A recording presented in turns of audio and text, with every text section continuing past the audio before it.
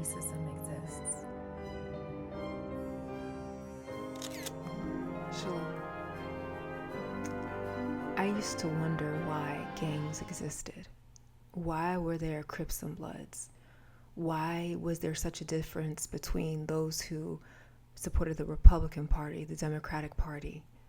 Why is it that there was such a divide amongst people? Why the need for polarization? And as I thought about it and as I watched political figures play golf together from opposite sides, I watched, when I was a poli-sci major, people who disagreed publicly on very polarizing things like abortion or like zoning issues or the rights of animals. They would argue strongly, vehemently in public, but in private, they were all friends. And I thought to myself, why is it that on every single level of society, there is such a push towards polarization, either red or blue, usually hot or cold on a subject? Why does that exist? Why was there such a need in order to have racism even exist? If I travel to China, if I travel to Turkey, if I travel to Egypt, all the places, the countries I've gone to, Brazil, never once have I been asked my race. The only country in the world where I have been asked for my race is the United States of America. And I was born after segregation ended. I was born after the need to divulge your race necessarily in order to gain certain rights. Why? Why is there a need to have all these separations? In my book, How to Be a Believer in a New Age World, I talk about how skin color is not a God. It is not an Elohim, but we serve it like it is. Many of us serve our skin color like it is a God. And I'm not saying us as in those who have skin color like me. I'm saying making a broad generalization about society. If somebody who doesn't look like you walks past you, how do you react? If you see me get out of my car and you clutch your pearls and you hit your lock button, why did you do that? My car is nicer than yours. Why did you do that? What do you possibly have that I am a threat? I want to know from society, why has there been such a push to polarize people about their viewpoints?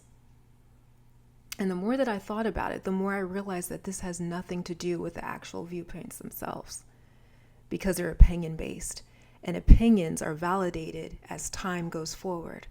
At one given time, it would have been very controversial for me to have a microphone and to speak about things in the Bible, and to speak about things of the Word, and to believe in them, and to share my testimony, and to lay my life out publicly.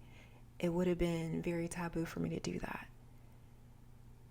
But in this day and age, in 2026, it's normal. A lot of people do it. Truth is always true. It does not need the opinions of our current time in order to be true. Yet we have polarization. Yet we have people who are divided over things that are very, very opinion-based. And I thought to myself, why? Why? If I look at it from a spiritual perspective, it's really easy to see. The more that I can get people to believe that they are their own gods and that they are their own leader, the more easily it is for me to control them. They have to believe that their opinion is truth. If they believe that their opinion is truth, they'll deviate from the truth. The first example of this happened in the garden. You had Eve, Yahuah. Yahuah was married, Yahuah was with Adam. And as his woman, she knew what Yahuah told them in the garden, which was not to eat the fruit of the tree of good and evil. She added a component to that and said, don't even touch it. Hasatan, Satan, came to her and said, you're not going to die. In fact, your eyes will be opened like Elohim. In her mind's eye, in her opinion, she thought that she was doing right. She thought that she was seeking self-preservation. She thought, and as a matter of fact, she presented it to Adam because she thought she was going to elevate his life. But that is what caused the fall of man. Fall of man comes from the idea that we have an opinion aside from the way that Yah does things. So the future, if I were to invest in how the enemy is going to try to dominate society, as he's always been doing, following the trends, if I were to invest like I was trading spiritually on the NASDAQ, what I would do is I would bet, or I would buy into the fact that he is going to try to make everybody believe that they're a leader of some sort, and he is going to try to cause division based off of that leadership. All leadership is not bad, because not all leadership is without the guidance of the Most High. See, the guidance of the Most High shines his light directly onto people. We emit back the light from the reflection of his relationship with us. But those of us who have bought or subscribed into the ideals and the pressures and the opinions of society's current status quo, they do not reflect pure light. They reflect light from the perspective of what they've been exposed to. So prejudice reflects outwardly. It shows, it smells, it has a presence. Whenever we deal with other people and we come from that perspective, we do not treat them with the measure of what the Most High produces. We treat them from the vantage point of our own jaded perspective. When we have secure authority from the Most High, we have the ability to motivate others according to how he sees us. So instead of continuing in sin or continuing in disobedience, we are inclined to seek the truth because we see the testimony of somebody who's living and working in that stead. So secure authority is here. It's present. It's always been there. The opportunity to do as Yah has commanded has always been there since the beginning of time. Since he has given us commands, since he has given us covenant, we've always had that. But water. I'm getting water this time. I am not going without water.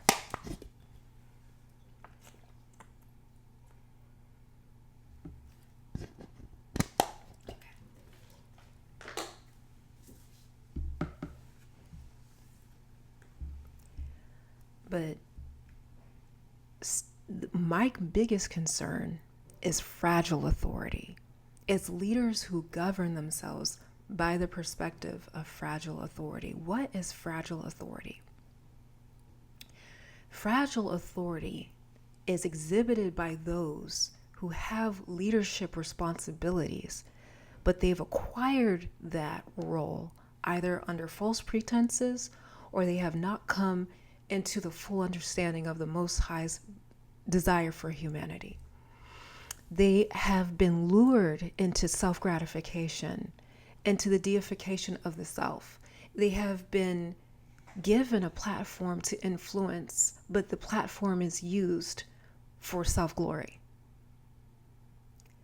An example of fragile authority in biblical times would be the brothers of Joseph. They were older brothers to Joseph. They saw that this brother had favor. They saw that this brother had dreams. And the answer wasn't, we are brothers, we are older brothers, let us lead by positive example. Let us encourage this young one. Let us cultivate this young one. No, their desire was to throw him into a pit and to sell him into slavery. That authority that they had as older brothers was fragile. Fragile authority makes authority about the self instead of exemplifying the Most High. Fragile authority will see a promise in a young woman or a young man. And instead of encouraging that person, they read that them speaking up is indeed a threat. So instead of me saying, congratulations on your book, congratulations on your degree, congratulations on elevating, congratulations on these things.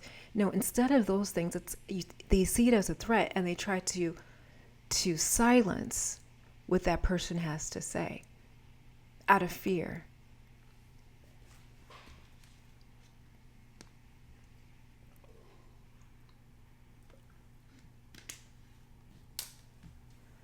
Fragile authority will overcome something traumatic. And instead of using it as an opportunity to say, look at how much the Most High has brought me out of, they turn it into, look at me and what I've been able to do. I'm hard. I'm tough. I listen to the motivational messages of this time that are in the world, and even some of those who say that they subscribe to the Most High. And it's all about grinding. It's all about what I can accomplish on my own. Look at me. I'm tough. My heart is hardened. But the funny thing is about a heart that is hardened is that it's not inclined to listening to the Most High. It's inclined to self-pursuit.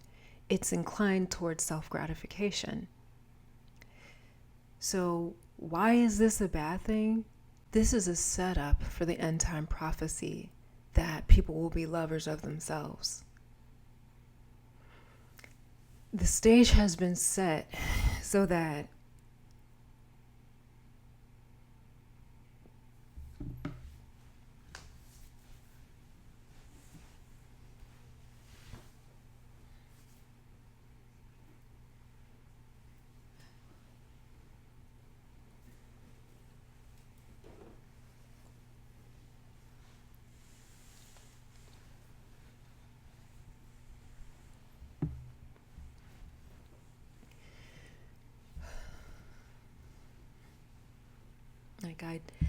the stage has been set so that we think that we are praising the Most High, but we don't know him.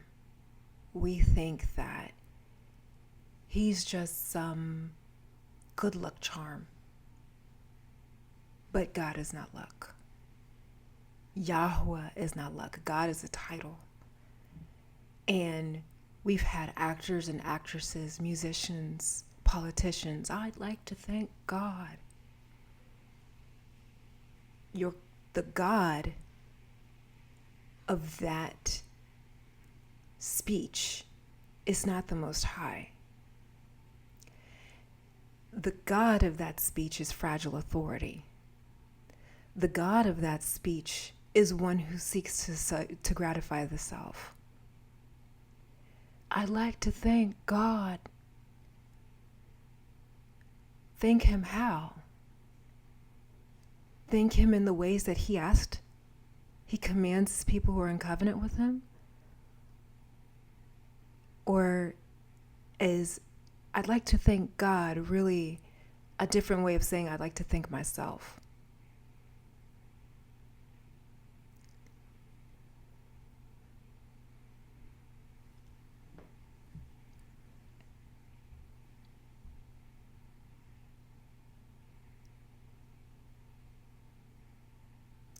Young ones want role models who are strong and powerful. They want parents who are healthy and able to play with them. They want vitality and attractiveness and confidence in their parents. And when they see that kid at school, that child at school, who has the parent who works out, who grinds, who has a cool car, who's got all these things materialistically, that child is inclined to think, wow, your parent's really, really cool. Not realizing that that parent is often absent from the son or the daughter that they see. That parent is investing in themselves. That parent allows strangers to raise that child. And when strangers raise your child, and especially when they're really, really young and they need that mother, they need the father, that's when they start to learn insecure attachment. That's when they start to learn insecure authority. And they begin to glorify and deify voices that are not the Most High. They start to look for the answers in other things. How could I expect to send my child to school at a very young age before she really knows right and wrong? How can I expect that school to teach her in the ways of the Most High when that school doesn't even understand who the Most High is?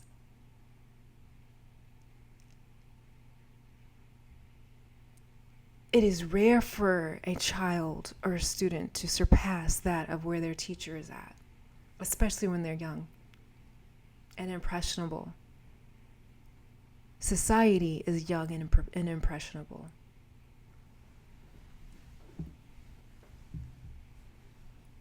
It's monkey see, monkey do. We see one person's way of rising to the top and we all try to emulate it. We see one person suffer away and we all try to do the same thing. Everybody is cold plunging and we're all going out for runs. We're all doing the marathons. We're all becoming the same sort of person. But where is the unification of the Most High? Where is that relationship where He shines His light through us?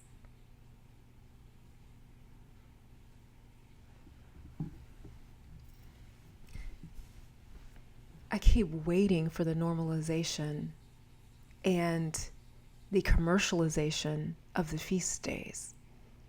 How is it that so many of us say that we follow the Most High, but we don't know the feasts?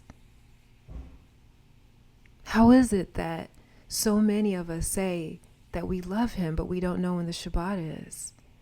How is it that so many of us say that we love Yahuah HaMashiach, but we don't show love to our enemies? How is it that so many of us say that we are believers, and yet we don't know what we believe, and we allow other doctrine to step in instead?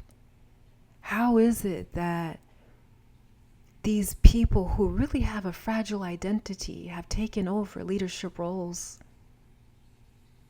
They can't control their tongue. They're saying expletives every other word. I heard one motivational speaker say that he deleted all of the curse words in his book just to see how long it would be, and it shrunk by 50 pages. And yet it's a bestseller.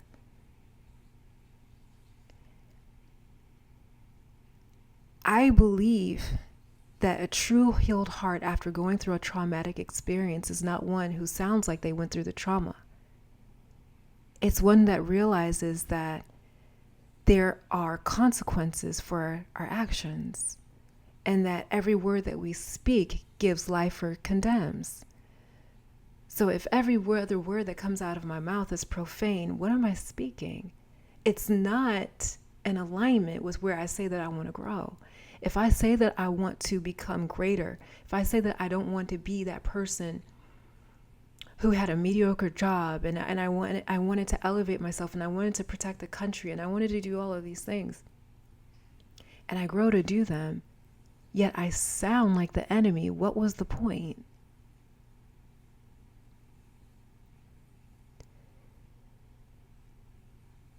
That is fragile. It's very fragile, because all it takes is for the world to stop watching you. These people, these giants who have grown to the motivational speaking level, and they're telling other people how to get there, and it's like this big push to become a millionaire. Like, the people who are waving the flag on that dance and ushering people through it are some of the most insecure people I have ever seen. Because if you take away what they've built, if you take away their money and their pride, if you take away everything and they have to start all over again, and you ask them who they are, they can't tell you. They never say, I'm a child of Elohim, and my number one job is to serve him. Service is the ultimate purpose of leadership. My father had this plaque that would say, lead, follow, or get the hell out of the way. To be a follower is to lead, because you're governing the actions that you commit. King Dawood had an opportunity to kill Shaul. Shaul was relieving himself in a cave, and Dawood had the opportunity to kill him, but he didn't. Instead, he cut a corner of his garment, and he lamented over that. But he showed that cut corner to Shaul and said, look, I don't know why you're pursuing me. I don't know what, but you see, I have no desire to kill you because I could have in this moment. He respected the mantle of authority of Shaul. He was still a follower of that king because Shaul was still the king of Israel. He was still the Malachim of Israel. Yahuah had already anointed him to be king, and yet he still paid homage to the one who already still was walking in the authority and the mantle of said kingship. Yahusha washed Judas's feet. Yahusha washed Yahudah's feet. I thought to myself, why was Judas's name Judas? Yahudah.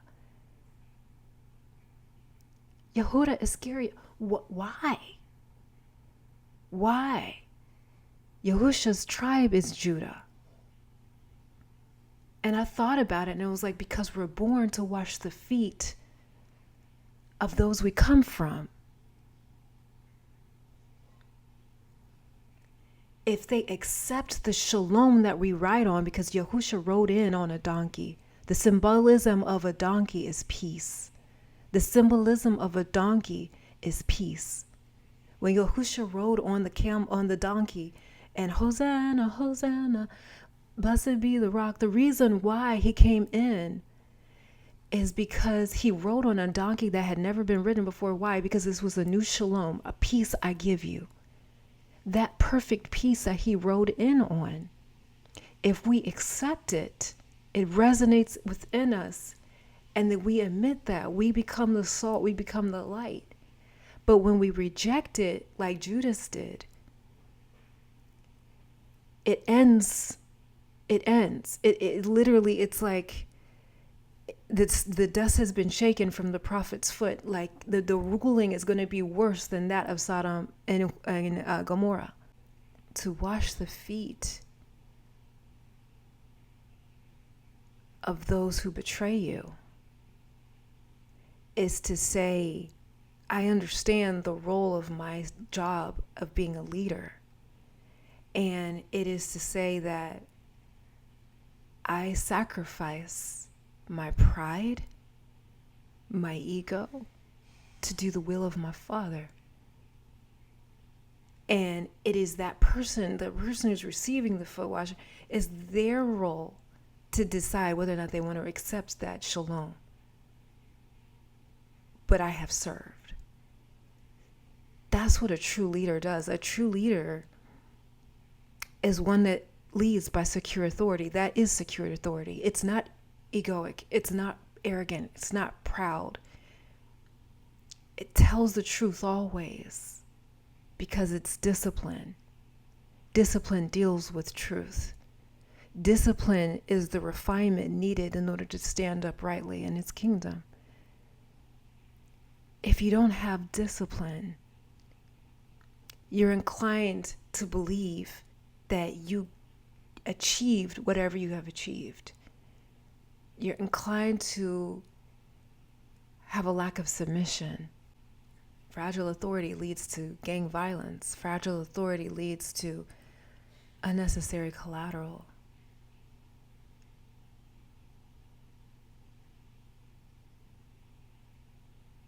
Peace is birthed from secure authority in Yahusha.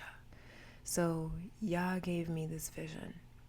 where humanity, if you look at it as a collective, all of us are sons of Adam, right? Is being molded on his kiln. It's being molded on his potter's table, right?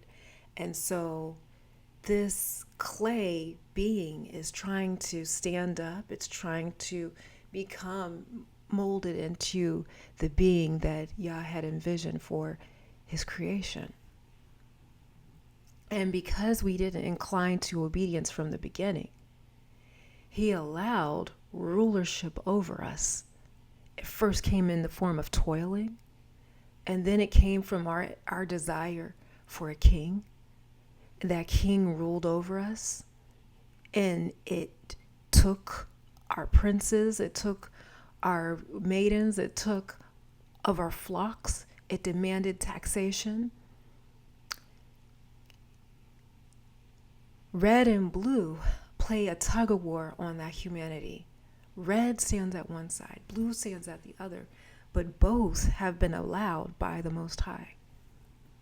When people undergo an epoch or a time allotment, what happens is people are usually swayed conservatively or liberally. When you're swayed conservatively or liberally, you're going to see benefits to both sides, but both sides have demons. Both sides have demons. Those who are awakened to the truth and understand secure authority and a secure leadership are not swayed by the left or to the right, but they hold straight. They go down the straight and narrow path. They go down the straight and narrow path with a purpose. Some people are going to be birthed in Zion, and they're going to have the responsibility of leadership. When you get that responsibility of leadership, I don't care if it's in the arts or if it's in politics or if it's in whatever that the Most High has placed into your heart, because this is the time of productivity. The next 10, 15, 20 years, this is the time to be productive. This is the time that the Most High is allowing people who have a sincere heart to serve him and to do it correctly will have platforms. When you get to that platform, it is imperative not to bow and bend the knee to fragile authority. Fragile authority is going to try to convince us that we did it, that we need a break, that we need to subject our children to its system so that we can have our own personal time, that we do not have to honor the commands, that we do not have to become the embodiment of what Yah called us to be. Instead, we chase after capitalism. We say, I did this, I did that, I did the other. We make vows without considering what he wants for us in our hearts. We choose mates out of lust or out of selfish ambition instead of looking at what are the gifts of this person and are they in alignment with my gifts, and so that we can serve the Most High together and produce fruit that motivates his kingdom. Leadership is under attack. It's been under attack. The resolve of those who are remnant are going to realize this. They're going to see the difference between fragile authority and secure authority in the Most High. And what they will do is that they will be peacemakers. Barak be the peacemakers. The reason why blessed are the peacemakers is because they know that those who are in position would not have been allowed to have been in position unless it was granted by the Most High. Look at what Yahuah said when Pontius Pilate questioned him. What did he say? He said, you would not have the authority unless it were given to you by the Most High.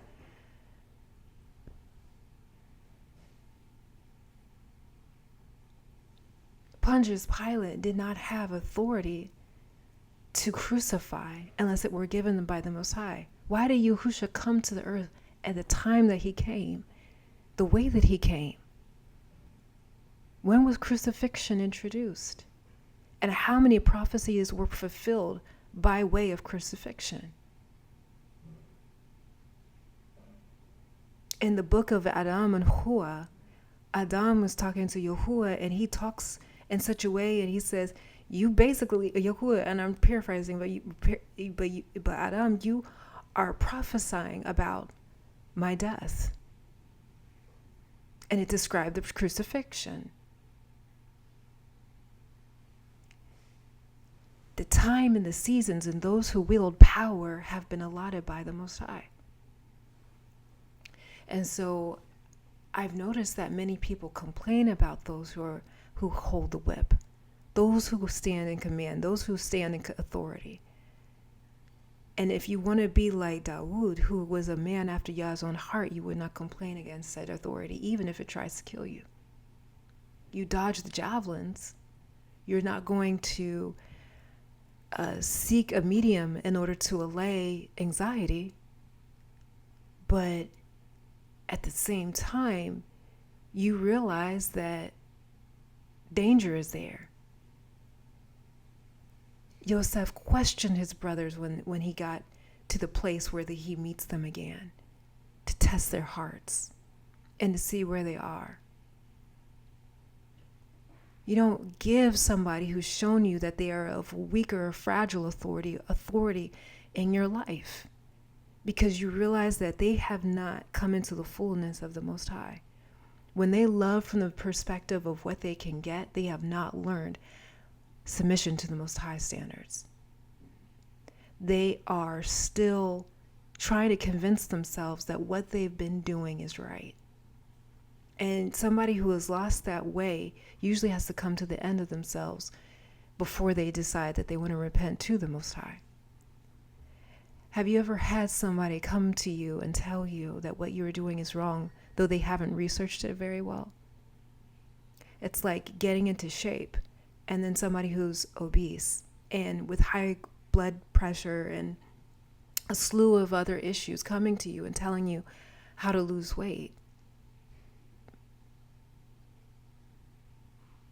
But the diagnosis says that they shouldn't be giving anybody advice. We have a situation, a pandemic in this country, where we're breeding children that have insecure attachment. But we have increased the number of women who are out there in the workplace who do not spend time with their children to teach them that they are loved and they are cared for. That first 3 years is imperative. When somebody else does it, they don't necessarily have the time, the capability, or the know-how to make sure that your child is receiving the secure attachment that they should in the Most High. And so these children later on have developmental issues.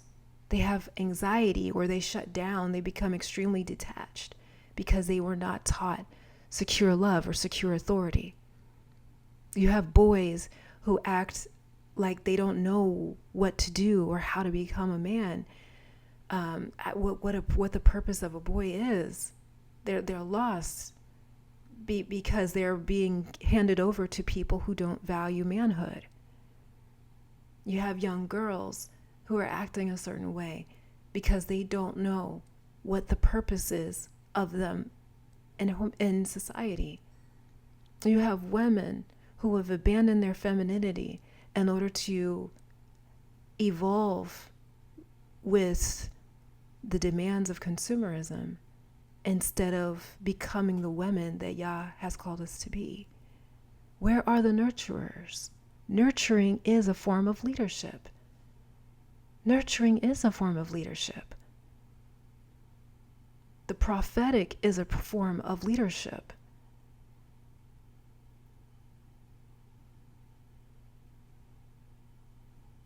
Being able to tell someone that they are in error and guiding them to the right path in a loving way is leadership. I went to Marine Corps OCS, and I talk about it in my book, How to Be a Believer in a New Age World. And one of the things that Marine Corps OCS taught me is that you lead from the rear. You're only as good as the person who is least in your platoon. Why is that? Because the functionality depends on it. the effectiveness depends on it. So if we say that we have indeed found the Most High, we have understood truth, then our job is to live it. Our job is to inspire other people to want to live it.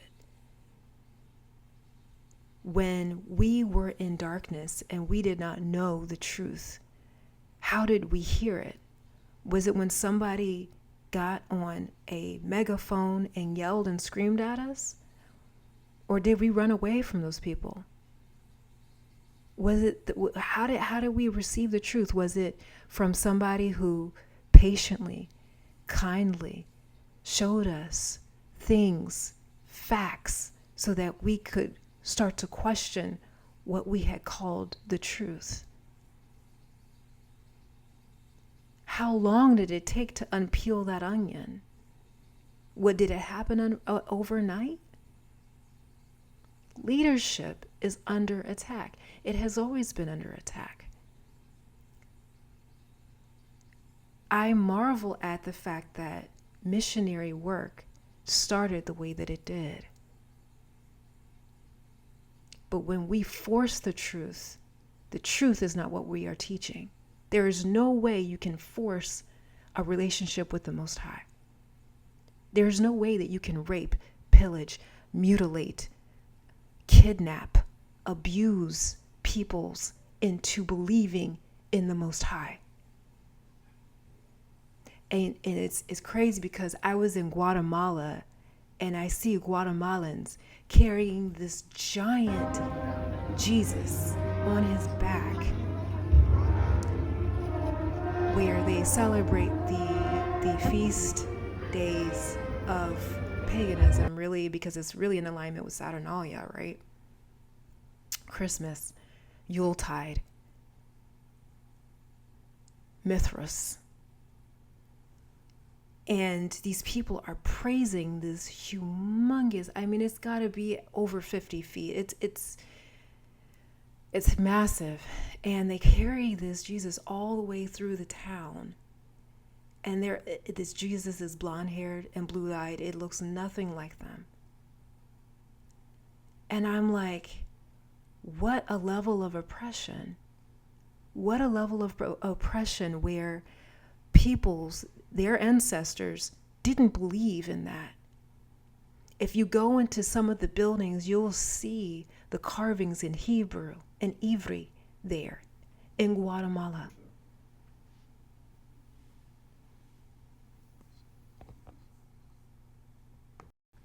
And I thought to myself, why?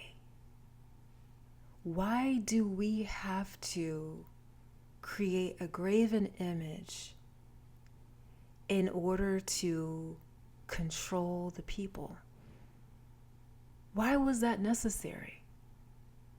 Why take a people who obviously knew Ivri at one point and convert them into these people who, it's like almost like they're under a spell, where they carry this massive Jesus that looks nothing like them all through their towns for weeks, on days, and like on end. Like, why?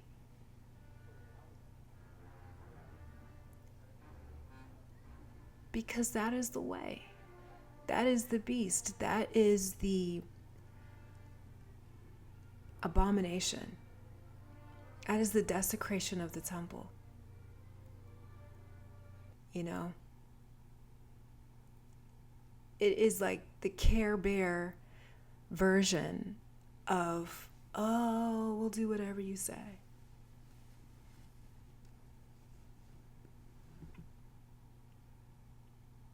I was going for a run, and this woman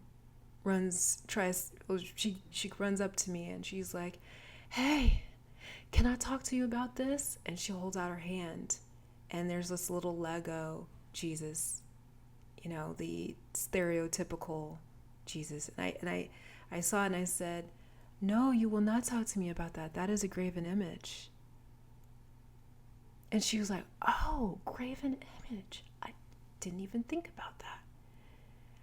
And then, like, at one point I was traveling and I was in an Uber vehicle, and the Uber driver had the Lego Jesus glued to his dashboard. Like, we would glue Yoda or some sort of other Star Wars figurine, you know, on our dashboards if you were into that. Like, and then I thought, it doesn't really matter. Even if it was a black Yahuah with an afro or with locks or some sort of natural look, like, that's still graven. It has nothing to do with color. This has nothing to do with race. Just like it has nothing to do with Republican or Democrat, because they all play golf together. This has nothing to do with Crips or Bloods. This has nothing to do with the polarization.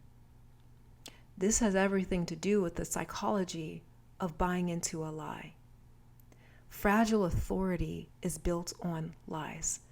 It is the idea that we were able to overcome our abuse, neglect, whatever it was, our backstory, that we overcame it and we became a superhero in need of no one saving.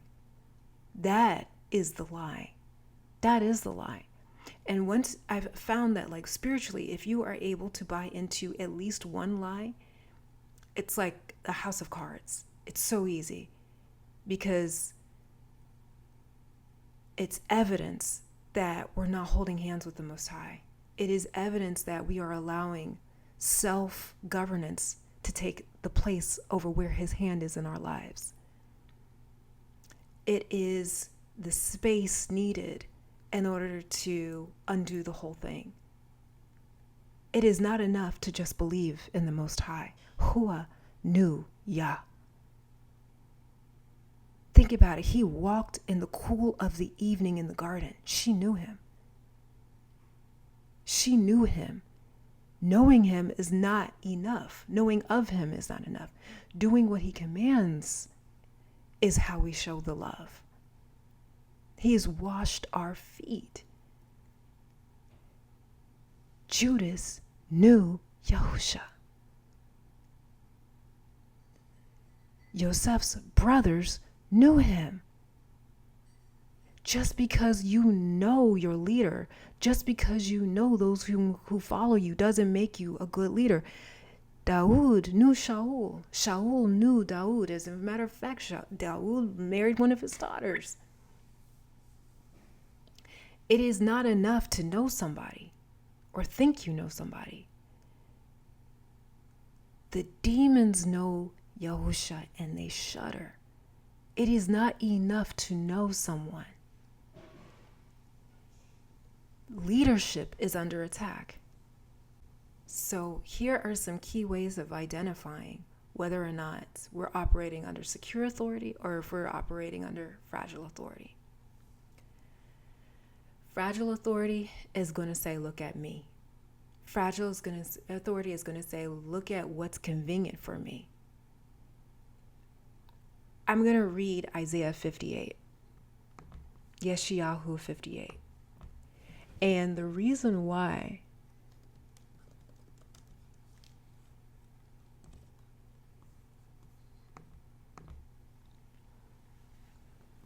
I'm going to read Isaiah 58 is because it talks about fasting. Now, I want us to think about what we think in terms of fasting. What do we think fasting is? See, under our authority, we think it's the fact that we were able to deny ourselves of food for a certain amount of time, maybe even water. Listen to how in Yeshayahu fasting is described in chapter 58. Shout out loud. Do not hold back. Raise your voice like a shofar. Proclaim to my people what rebels they are, to the house of Yahuah and their sins. Oh yes, they seek me day after day and claim to delight in knowing my ways, as if they were an upright nation that had not abandoned the rulings of their Elohim. They ask me for just rulings and claim to take pleasure in closeness to Elohim, asking, why should we fast if you don't see? Why mortify ourselves if you do not notice? Yahuah responds to them and he says, here is my answer. When you fast, you go about doing whatever you like while keeping your laborers hard at work. Your fasts lead to quarreling and fighting, to lashing out with violent blows. On a day like today, fasting like yours will not make your voice heard on high. Is this the sort of fast I want? A day when a person mortifies himself? Is the subject to hang your head like a reed and spread sackcloth and ashes under yourself? Is this what you call a fast? A day that pleases Adonai? Here is the sort of fast I want. Releasing those unjustly bound. Untying the thongs of the yoke. Letting the oppressed go free. Breaking every yoke, sharing your food with the hungry, taking the homeless poor into your house, clothing the naked when you see them, fulfilling your duty to your kinsmen. Then your light will burst forth like the morning. Your new skin will quickly grow over your old wound. Your righteousness will precede you, and Adonai's glory will follow you. Then you will call, and Adonai will answer, and you will cry, and he will say, here I am. If you will remove the yoke from among you, stop false accusation and slander, generously offer food to the hungry, and meet the needs of the person in trouble, then your light will rise in the darkness, and your gloom become like noon. Adonai will always guide you. He will satisfy your needs in the desert. He will renew the strength in your limbs so that you will be like a watered garden, like a spring whose water never fails. You will rebuild the ancient ruins, raise foundations from ages past, and be called repairer of broken walls, restorers of streets to live in. If you hold back your foot on Shabbat from pursuing your own interests on my Kodesh day, if you call Shabbat a delight, Adonai's Kodesh day, worthy of honoring, then honor it, not by doing your usual things or pursuing your interests or speaking about them. If you do, you will find delight in Adonai, and I will make you ride on the heights of the land and feed you with the heritage of your ancestor Yahuah, for the mouth of Adonai has spoken. Wow. So if we really honor him, we will honor his feasts. If we honor him, we will set the captives free. If we honor him, we will love one another. We will seek peace with one another. We are not going to murmur against our leaders. We will not participate in false elections either. I'm sorry, but we're not going to do that. We're not going to waste our time. What we're going to realize is that those who are appointed, have been placed there by the Most High. Yah reigns over the righteous and the wicked. When the wicked come into power, it's usually because the people, it's a yoke of a sort. It's a way of his rod and his staff correcting us. A son is chastised, but those who are despised don't receive any sort of correction. The running of the bulls, think about it this way. The running of the bulls is one of the most insane things that we do. I wanted to train for that and do it one day, to go to Spain, España, and go run with the bulls. Some people don't make it back home after running with the bulls. They get trampled underfoot, either by the people, the massive mob that is running through the streets with these bulls, these angry bulls that are like, what is going on? So they're like, they're running through the streets, and sometimes people are killed. Sometimes people are trampled under a foot. It's just insane. But people say it's very exhilarating to do. I wanted to do it. Why did I want to do that? Because I wanted to say I did it. I wanted bragging rights. I wanted to feel accomplished. I wanted to tell myself I was a bad A. You know what I mean? Like I wanted to feel glorification there, right? Society is running the bulls. We are all running with the bulls. We are all doing things that pass our will through the fire, because it's not of Yah. It's either by what we're eating, it's either by what we're being entertained by. It's the decisions we make with our money. It's how we invest our time. We spend our time and our resources on these companies to make them wealthier, or on these the grind, but then we only give Yah the remaining amount. And I'm saying this as somebody who, I'm looking at my life. And I'm asking myself, from the time that I reached the age of accountability to now, how much of my effort was actually spent towards his kingdom and doing the reason why he brought me into existence? What kind of leader am I? Have my pursuits been to satiate, secure authority in him, or fragile authority?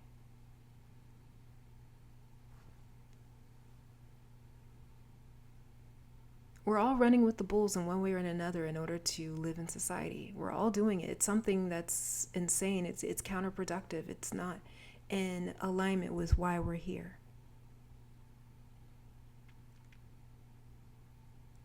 But some of us even have self-righteous tendencies when it comes to that. So we have mastered running with the bulls, and maybe we have found ourselves in a position of authority and in a position of a platform, and we can influence other people. And we say, look at me. And we say, look at what I've been able to overcome. Look at how great I am. Like, there are people who are younger, who are impressionable, who are watching that, and they're emulating it.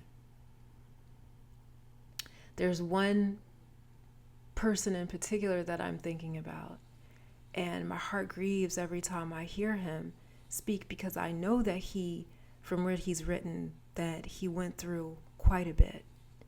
Like, he endured extreme abuse as a child. Then he turned his life around. Somebody asked him while he was on stage if he believed in the Most High and if he believed in God. And his answer was full of expletives. And it's like, yeah, I wouldn't have been able to do what I did because unless it was for him. But I'm like, but what did you do? What did you do? What is the fruit of what you're doing?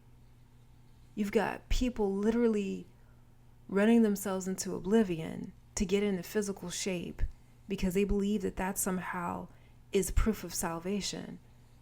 Salvation is not salvation from the parts of you that society deems socially unacceptable. That's not what salvation is. It's like putting the horse before the wagon. Salvation happens on the soul and spiritual level first, because the soul and the spirit need the washing of the word. They need baptism. They need to be reset. The truth has to have an opportunity to shine through.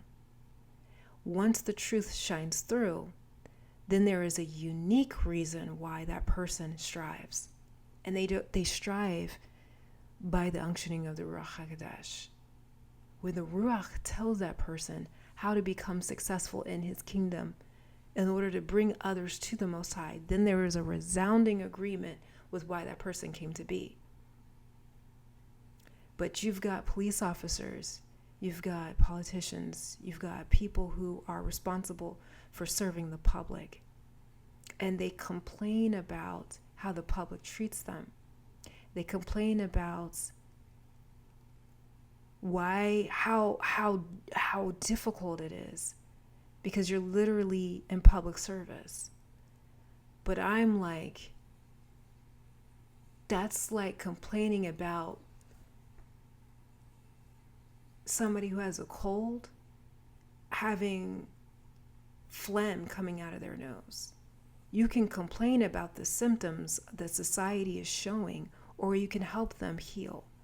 The only way to heal society is to accept Yahuah and to follow the unctionings of Yahushua HaMashiach. There's no other way. There is no other way. Anything else is going to be the running of the bulls. Anything else is going to be, okay, I didn't die this year or didn't die this time. Be careful who you share your dreams with. Be careful who you share your purpose with.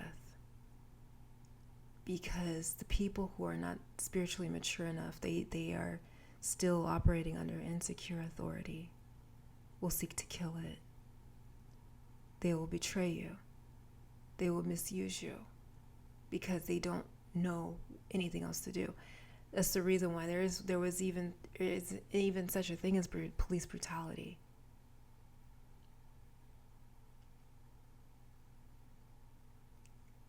We have a responsibility as those who know him and love him to serve in the command stations that he's given us.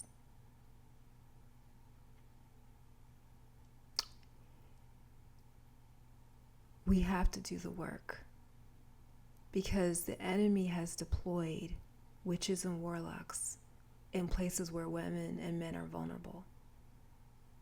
They are taking over our schools. They are taking us where we don't have the authority there anymore because we've ruled out praying in school. Well, if we're going to rule out praying in school, rule out crystals in school. Rule out tarot in school.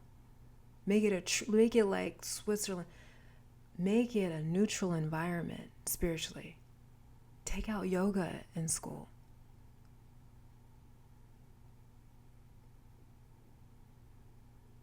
Remove the hog from the menu.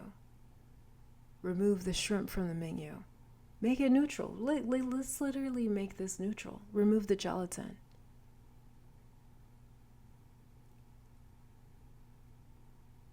They're flooding it.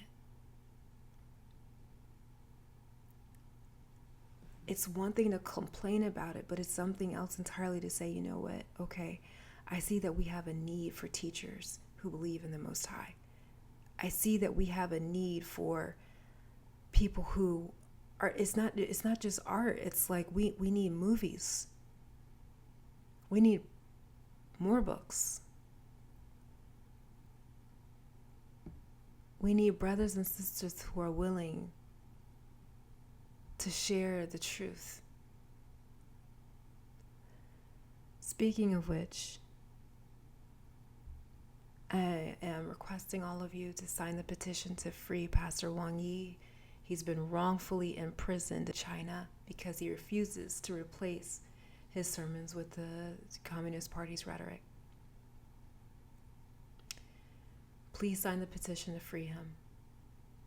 If you'd like to support the channel, you feel free to order a book off Amazon or listen to the Spotify version on Spotify, the audiobook.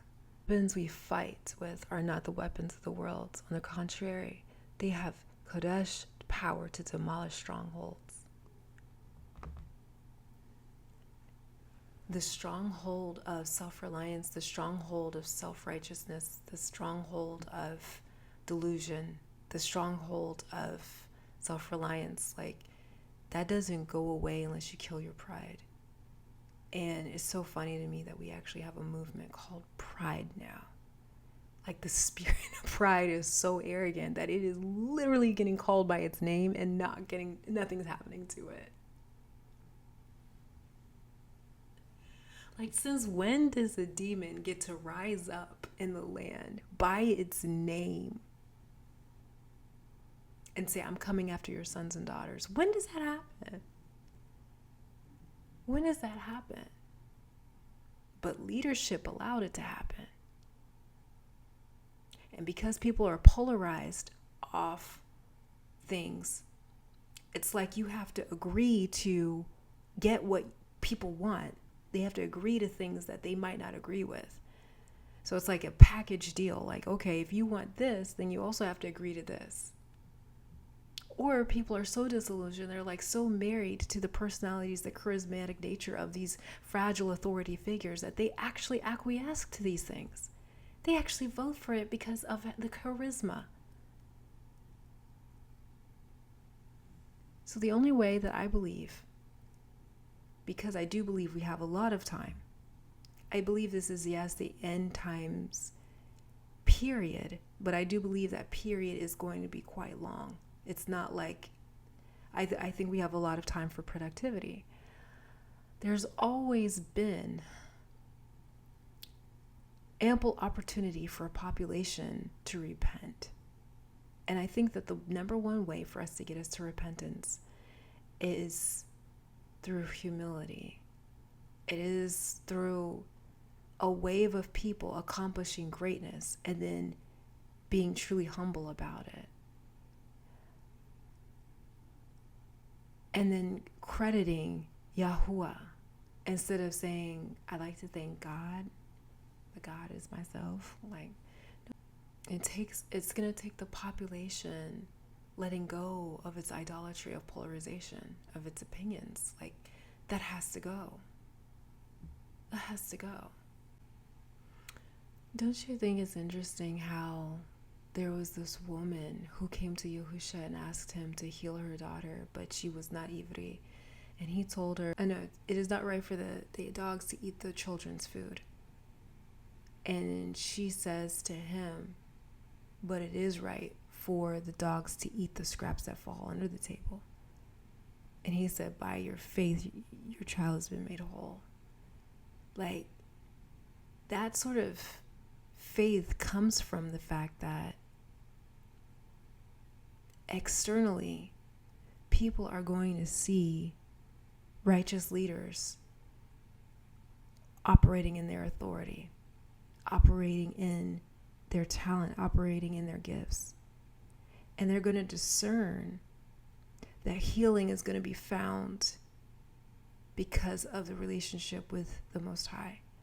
And these people may not even serve the Most High at all. They might serve foreign gods. They might serve the canard of our time. But they're going to recognize that there's something different because the results speak for themselves. That person is going to be able to witness to other people because why? And because first of all, they're going to see them as a valued person. They're going to see them as the rear of the platoon, and they're going to realize that you're only as good as the person that you're leading. You cannot make somebody choose Yahushua HaMashiach. This is not some false missionary movement. But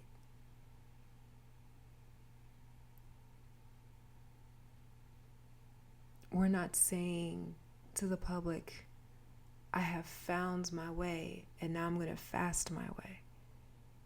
No, we realize that true fasting is the determination to do the right thing even when nobody's watching. It is to love, to set people who are oppressed free, to help the homeless, to help those who are shut in, to help the fatherless. Like, that is the whole mission. It's not about saying, look at how hard I am. Look at how long I've gone without food. Look at how strong I am. That's not what it's about. It is about submission.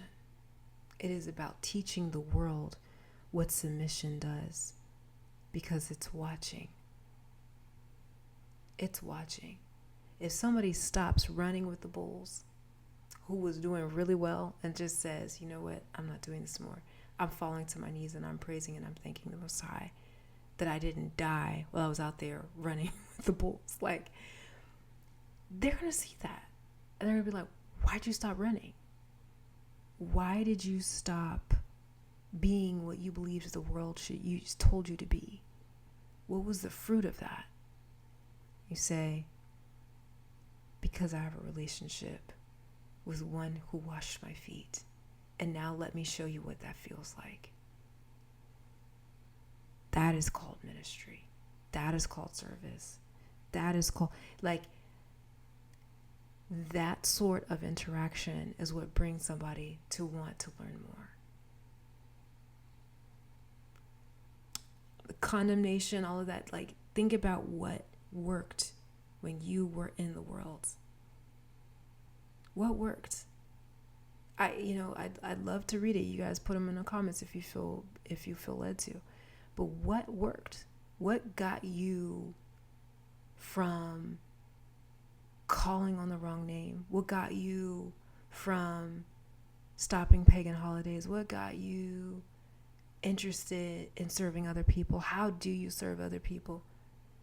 Actually, don't put that part because that should be between you and Yah. But like,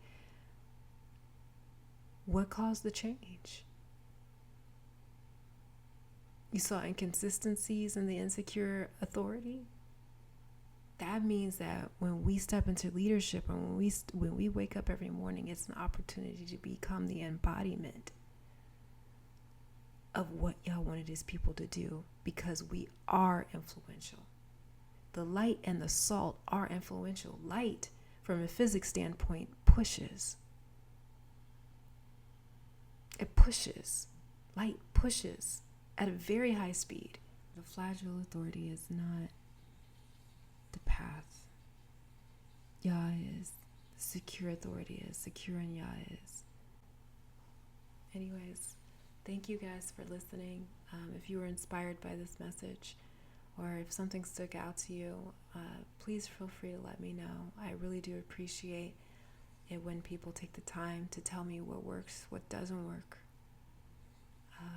I believe in each of us. I believe that we all have an assignment here on this earth, on this planet, and we're not islands. Though we might be walking in truth, though there might not be many people around us who do the same, we are not islands. We are supposed to have one another, and we're supposed to encourage one another, and we're supposed to use our gifts to encourage one another.